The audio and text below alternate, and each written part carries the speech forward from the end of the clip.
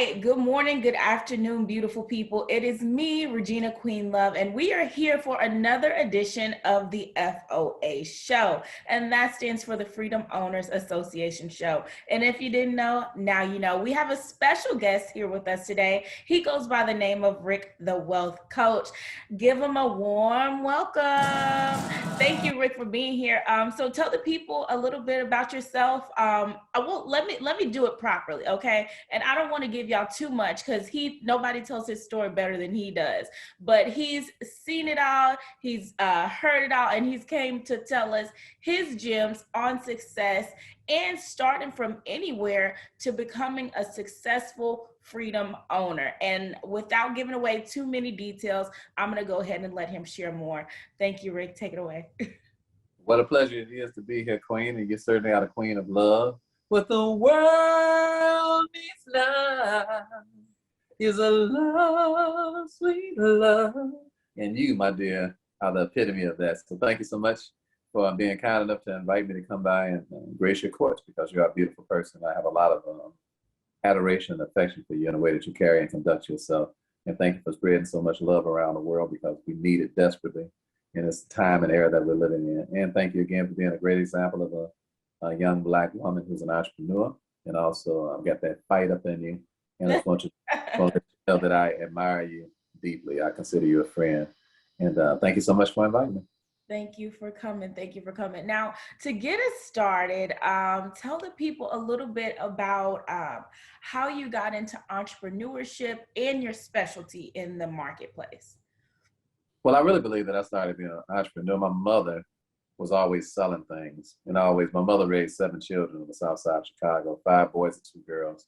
She just passed away in February of this month, February of this year, February the 28th of this year. And my mother was a go-getter. You know, she worked jobs, and then she started doing things where she started selling things herself. First thing I saw her go out and do was she went to an auction, started buying furniture and coming back and selling it. And then she started buying clothes from Spiegel's. And she said, Ricky, she said, how much you think this skirt costs? I said, that's a nice looking skirt. She said, I just sold it for $75.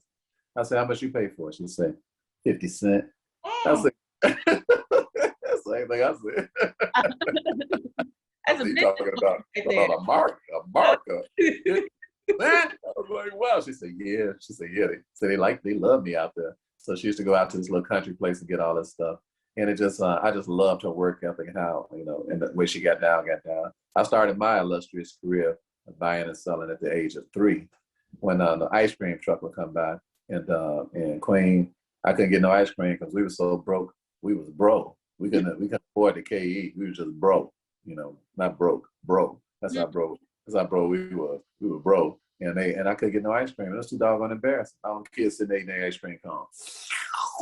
Slow, just looking at me like, I'm like, can I get some of that ice cream? And back in the day, I don't know if y'all still say this, Queen, but back in the day, they would say no carbs. I'm like, no carbs? That meant no, you can't get none. I'm like, no carbs. No carbs. Either I was gonna catch a kitty case and go to juvenile, because I was gonna give me some of that ice cream one way or another. You were a kitty gangster? He said, I'm gonna get some ice cream. I'm like, I'm gonna have to figure it out. So I found out thing, they would give me nickels. So I used to get on the corner, I used to sing this song called Mrs. Brown, you have a very lovely daughter. First song I ever learned. And they would drop nickels. They say, hey man, little Ricky on the corner singing. And I was like, man, when I found out they give me nickels, I was like, put a nickel in my back and wind me up. So when that ice cream truck come, I got dignity. So I think that's what really started me in business, because business gives you dignity. Mm-hmm. You don't have to be, at the back of the line, and it gives you self-esteem when you make money, especially when you make it fast. Mm-hmm. And it's easier to make a lot of money fast than it is to make a little money slow. And all entrepreneurs, we really understand that major concept, that it's easier to make a lot of money fast than it is to make a little money slow. So I started this journey that I'm on now. Back in 2015, I was working at a warehouse, and I was broke. I didn't have any money. So I was working in a warehouse. Life had just landed me where it landed me, But I was still happy and grateful. So I was working every day. It was dark when I got there. It was dark when I was leaving. It was basically a plantation. And so the bosses. No. I understand that very much so. Dust all over the place. So they came over to my station one day, and it was like, hey, are you Rick Williams? I was like, man, what do they want now? Is somebody gonna escort me out of here? What's the deal right now? They say, I say, yeah, I'm Rick Williams. It's like, hey, we heard you can sing. I said, I'll sing a little bit. They say, no, we heard you sing a lot of bit. I was Yeah, like, you but okay. I said, so what you asking me to do? They said, can you come in and try out to perform the national anthem? do. I was Wow. like, they say Veterans Day is tomorrow. We're gonna stop the whole plant. It's about 1,000 some people, and we're just gonna do a tribute to the veterans, and we're gonna sing the national anthem. I said, so they say, when you come try out for me. So I went on over and I tried out. There was another little dude that he was singing. He sounded like Michael Jackson. I was like, I don't think he stands a chance. He was like, he was like, oh, say, can you see? I was like, what the hell? I'm like, no. What is going on here? So when I got back, they came over and said, hey, Rick, you won. I was like, okay. And so I went up and sang the national anthem the next day. And everybody stopped. They was giving me high fives, walking through the warehouse. Queen, talking about, man, you're going to be a star. What in the world are you doing working in the warehouse for $11 an hour? And I was like, hey, man, I'm just trying to help contribute to the bills at the crib. You dig? I ain't tripping, whatever it takes until I can do better. And so that weekend, but I wasn't tripping because I'm like, y'all fire folk around here. I know y'all do, Keno system and all that. I know y'all get down. Y'all might, this any day, y'all might want to get rid of me. So I ain't going to get too excited about all this fanfare. And sure enough, Queen, like Craig on Friday, on my off day, on Saturday, before Monday even came back around, they called me and said, hey, Rick, your services won't be needed here anymore. I'm like, why? They said somebody stole something. I'm like, what they got to do with me? Right. So they fired me like Craig on like Friday on his off day. But it didn't bother me because I learned something about the word fire. I learned, Queen, that the word fire came from the origin of the Europeans who first came to America. And they worked for 7 years as indentured servants when they were slaves. They didn't work like we worked. We were just slaves until further notice. They got off after 7 years because the Europeans that came to America believed in the Bible, but they only believed in it as it concerned white folks. They didn't believe it as it concerned black people. So, and they said that the Bible said to release the slaves after 7 years. So they would release them after 7 years. So what they did was they took the papers that kept them the slaves and went out and sat around some wood and burned the papers. In other words, they fired themselves from being slaves. So one thing that we have to notice about life sometimes, Queen, is that God will fire us from what we won't quit. That's a word right there. So that's how I ended up going out and do a real estate deal. A young man came by my house and taught me about some real estate deals. And I went out and I made more money in 15 minutes than I was going to make all year. Off of one real estate deal. And then I went back to back. And then I started building trust around the country and developing people and teaching people because I found out, what, Ricky? It's a whole bunch of people like you.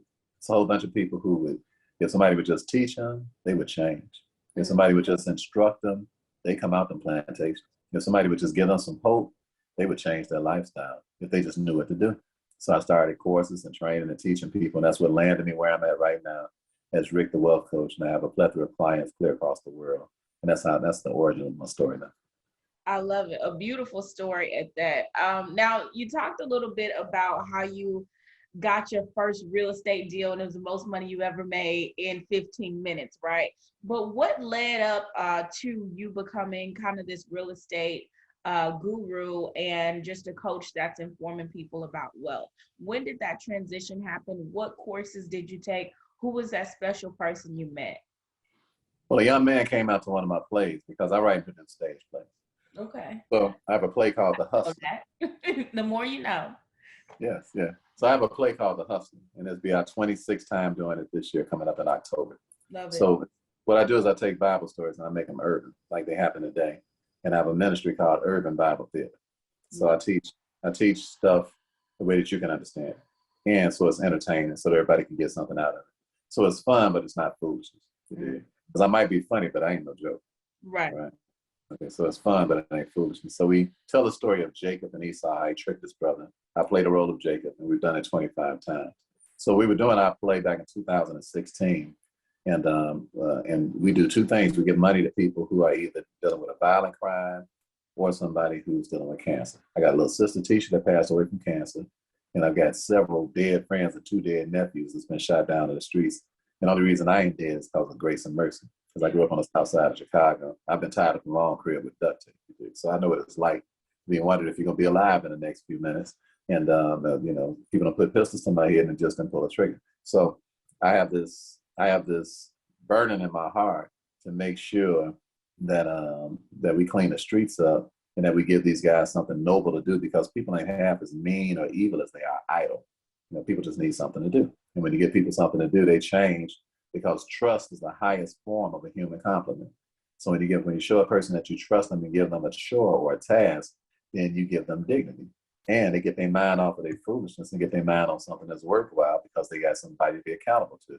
So I grab these young guys and I take them off the streets and I teach them theater, and I can train them for 3 months before every play. And we just good to go. They do what they told, how they told, the way they told. I got 12 of them to play my sons, and I told all their mamas before we start. I say, I know how I am. I say, if he come over here and he ain't acting right, he gonna get a 45 piece with no ketchup. I say, you down with that? Right.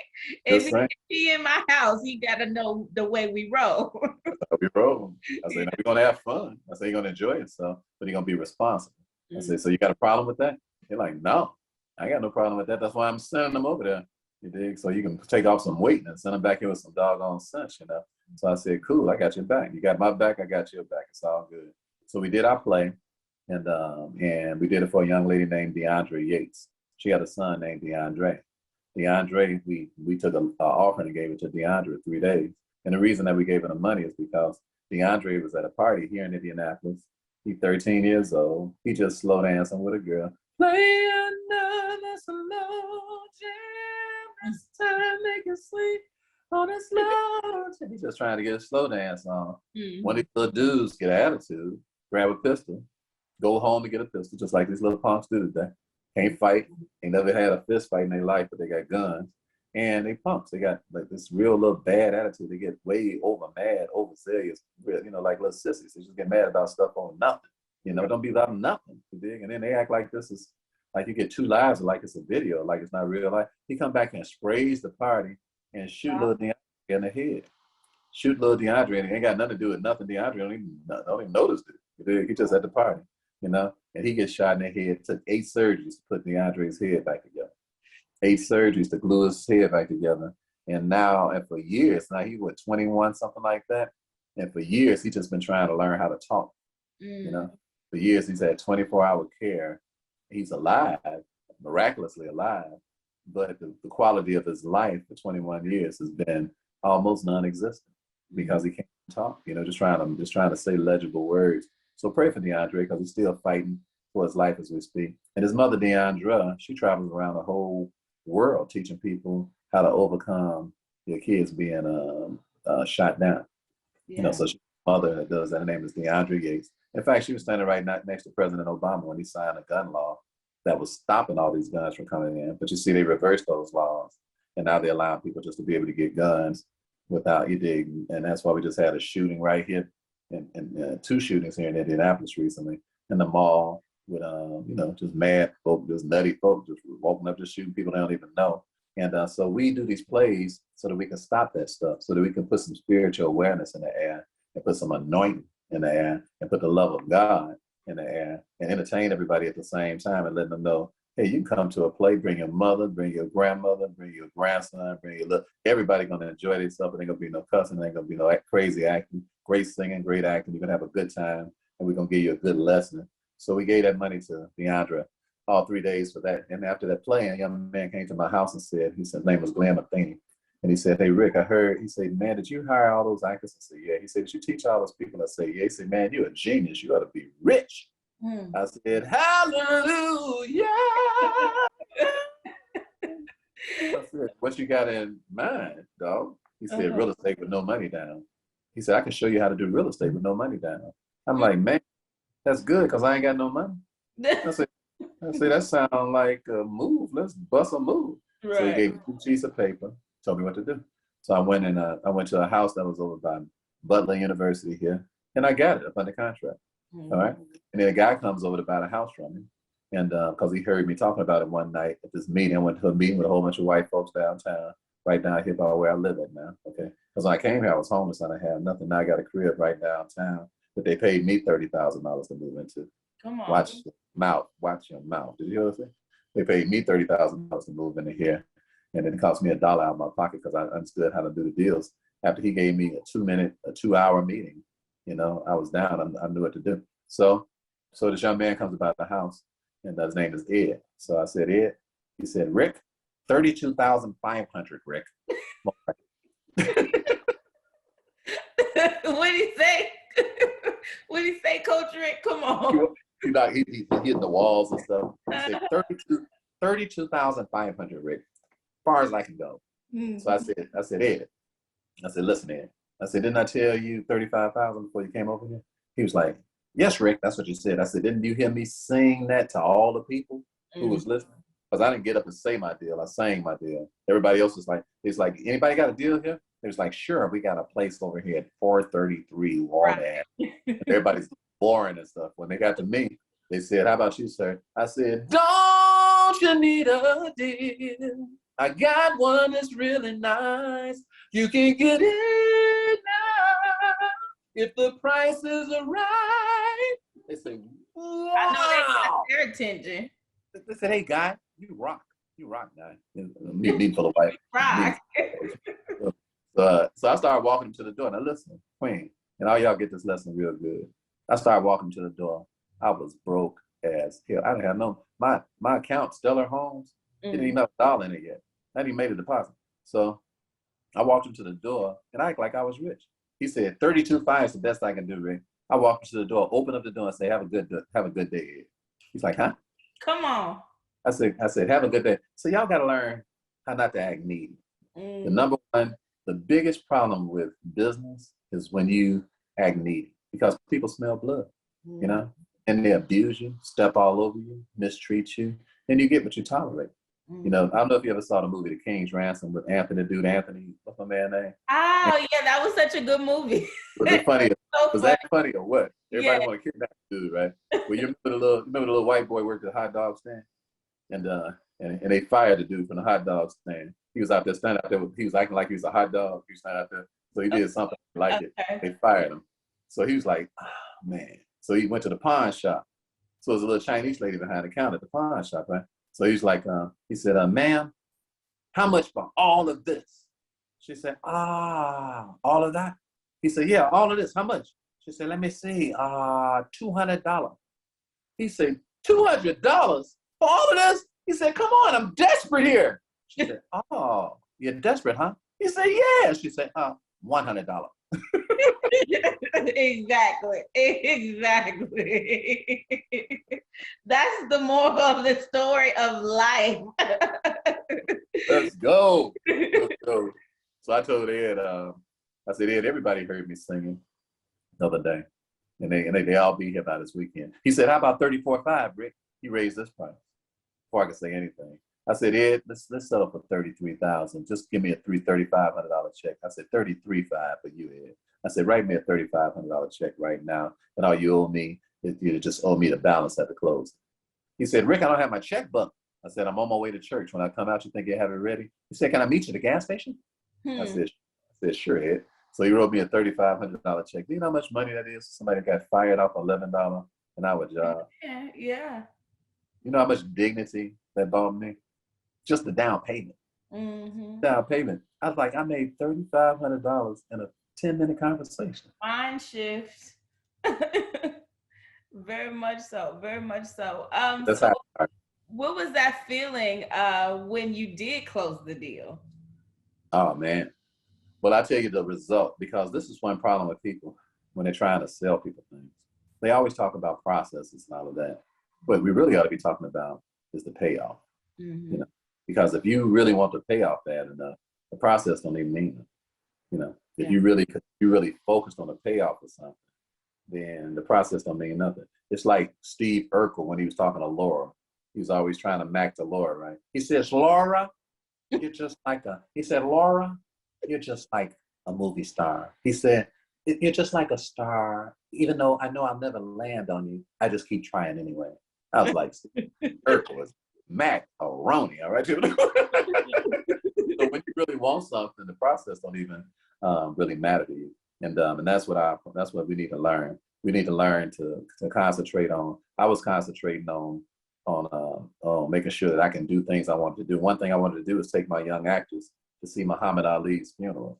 Wow. It happened. I got my check right before Muhammad Ali's funeral. So I got my daughter, Ebony, who you've heard of, my singing daughter, who runs my companies. I got Ebony, and I picked up 2 of my actors, and we drove to Muhammad Ali's funeral. So, and we was able to watch probably one of the most grand events ever known to a human being. Yeah. In fact, I told them, I said, you guys will never see nothing like this again in your life. I said, this is the equivalent of a king being buried. It was right here in Louisville, and where Ali is from. And that's only 2 hours from my crib. Okay. So I took these young men because they don't ever go nowhere. Mm-hmm. I come out the hood. All they ever they live in a 5-mile radius. You don't ever see nothing. So I let them know that life is way bigger than what you see.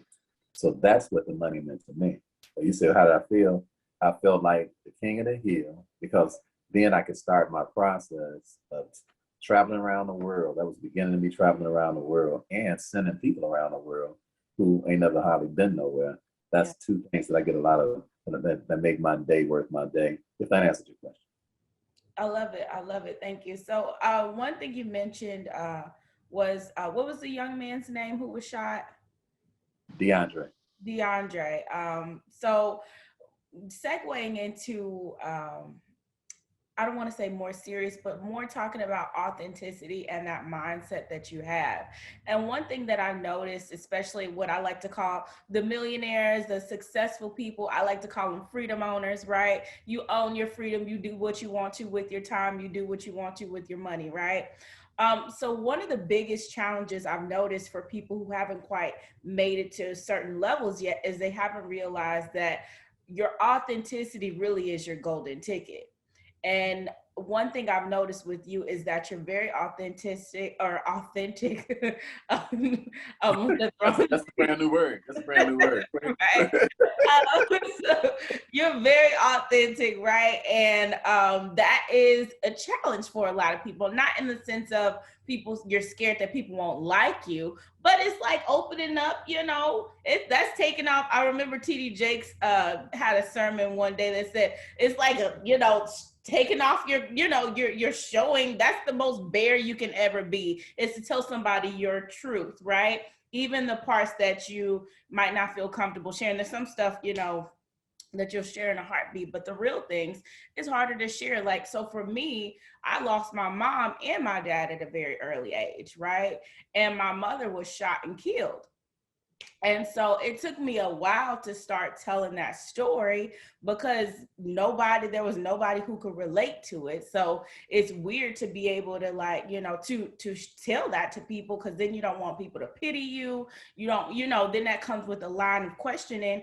And because at certain points I hadn't healed enough yet to be able to even have those sort of conversations. So talk about in your experience, how your authenticity has helped you and how maybe it does push away the people who aren't meant for you. Well, you bring up, first of all, I'm so sorry to hear about your mom. I'm so sorry to hear about that. And that's so heartbreaking. And I can understand how, you can have some apprehension about that and how you try to just push it out your mind so that it doesn't, I can understand how that could possibly be so. I can't understand how you feel because it didn't happen to me like that. I have finally lost my mother after 89 years, and I am seriously wounded from it, but thank God we had 89 years and that wasn't so abrupt. So I can't say that I understand how you feel. But this is one thing about life. Life is not so much about sympathy as it is about empathy. Mm-hmm. Sympathy means that I feel what you feel, but I can't feel what you feel unless I've been through what you've been through. All right. Empathy means that I look to understand you, even though I don't have your exact experience. So the important thing is to have empathy more than sympathy, because empathy means that I have to listen to you, even if I can't totally identify what you're talking about. But I'm so concerned about you and I love you so much until I still hear you out thoroughly. And I can at least let you know that I heard everything you said, even if I don't understand everything you said, but I did hear everything you said. That's one reason why we make so much money and the next person doesn't. Because most people won't ask you a question because they don't care to learn the answer. Mm-hmm. Okay? So when it comes down to them getting some money, they can't get no money because they ain't important, because they don't even know how to answer your questions, because they ain't even ask you the question, because they don't even want to know the answer to it, because they lazy, they don't want to put that much work in. All right? You got to work to know. You got to work to get to know people. You got to listen to them and not listen at them. Be swift to hear, slow to speak, and slow to wrath. So the reason that I don't mind telling people, I come from a joint with $50 in a hotel room and, whatever with my life is because I don't care what they think. I mean, I really don't. I mean, literally, I don't care. Why? Because everybody ain't nothing but some chewed up grass, Regina. All right? You name me one person that's in the grave that's any less dead than the next person. Or more dead than the next person. Right. They all equally dead. Right. And that's why I'm headed, baby. And that's why you headed too. So wake up and smell a doggone coffee, all right? Everybody running around here like they all in a bag of chips. I'm like, you ain't nobody, all right? You think what I mean by that is I don't mean like you know what I'm saying. I'm talking about when you think you more than the Bible says, let no man think any higher of himself than he ought to think. But let every man think soberly according to the measure of faith that God has given him. Because when a man think himself to be something, he ain't nothing. The Bible says, the mind not high things, but to condescend the men of low estate.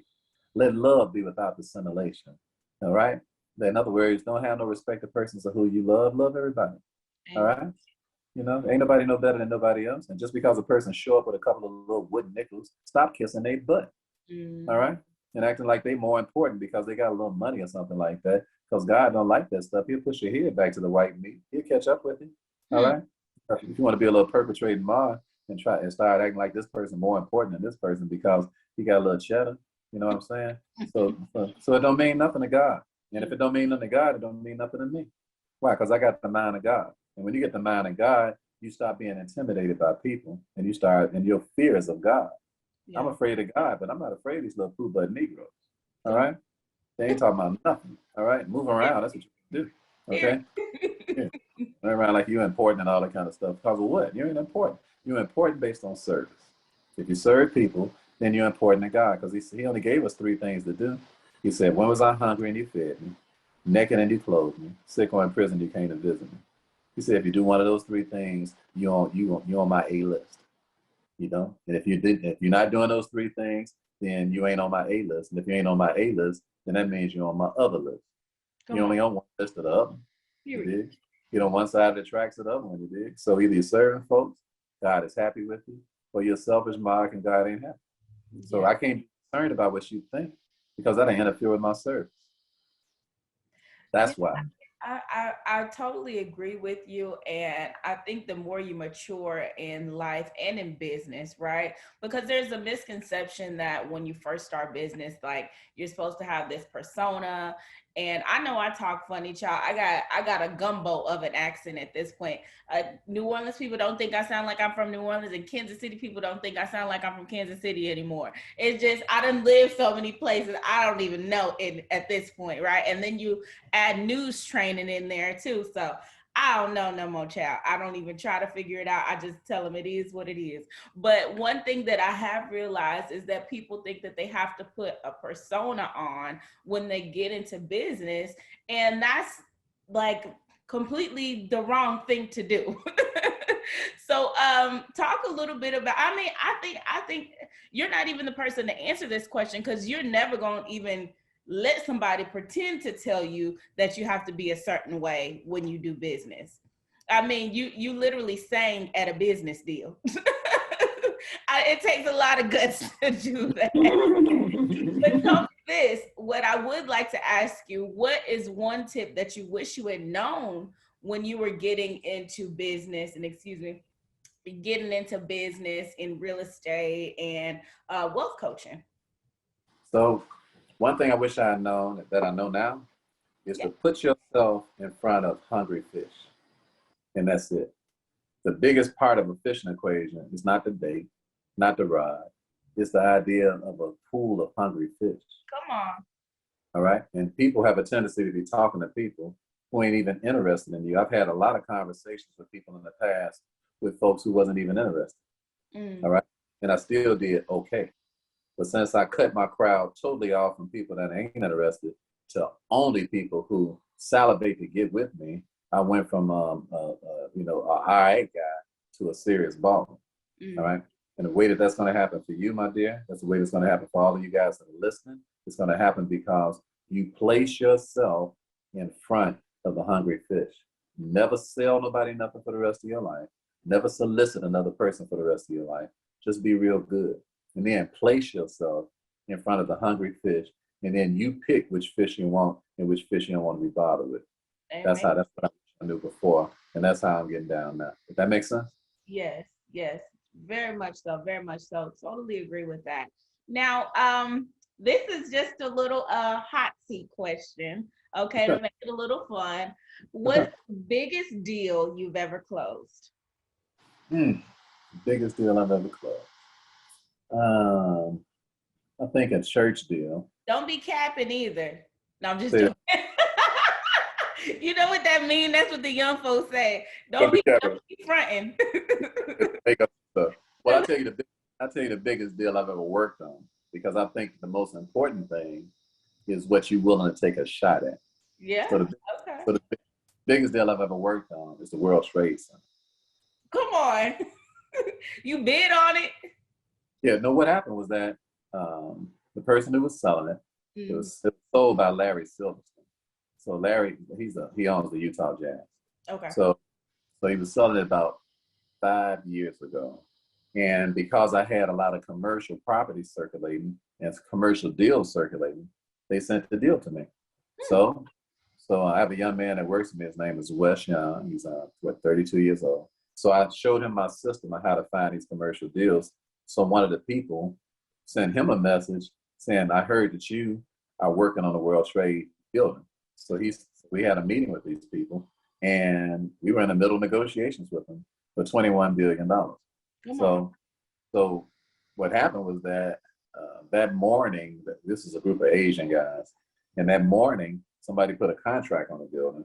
The same morning that we were trying to buy it, somebody put a contract on it. But it was a $21 billion deal.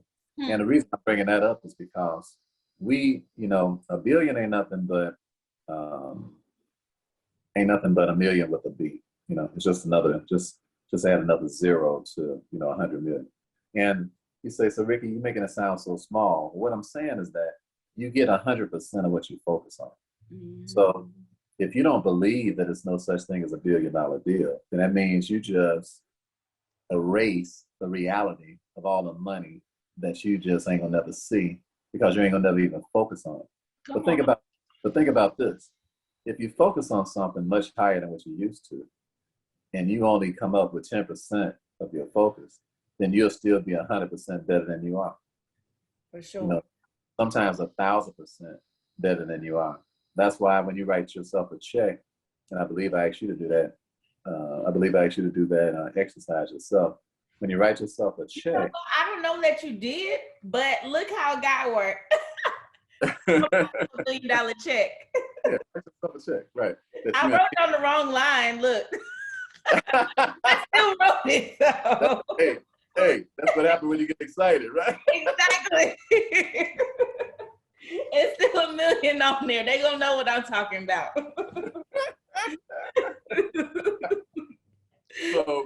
So don't have no limitations in terms of what you are aiming at. Because the problem with people is not that they aim high and miss.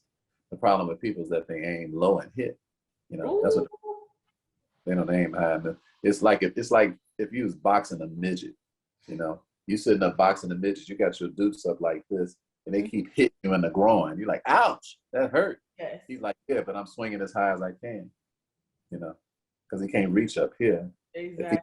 Because he way down there. So don't box like that. Don't box like what the highest you can swing is you can only hit a person in their midsection. You gotta knock a head out in order to knock out a body.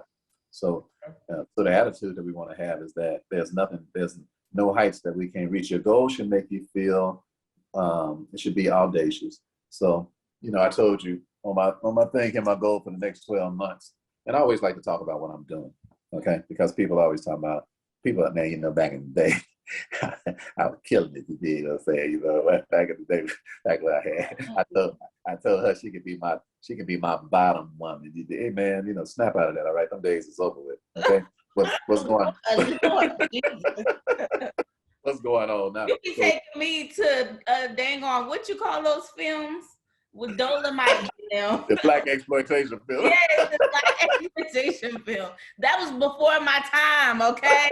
You know you're an old soul. You know you're old soul. That's why you even know who Dolomite is. Yeah, I grew up with a lot of old souls and wise people, so it's good with me. It's a blessing. It's a blessing too. So when you write your check out or whatever your goals and everything now, so and what happens is that you start the things that happen materialize based on what you're aiming at. So since I wrote myself $100 million check, that's what my 12-month goal is, $100 million. So that's my 12-month goal. So because that's my goal, because one reason that I believe that's going to really happen is that. I'm sorry. We are running out of time. We're going to take a quick break. We're going to thank our sponsors, and we're going to be right back.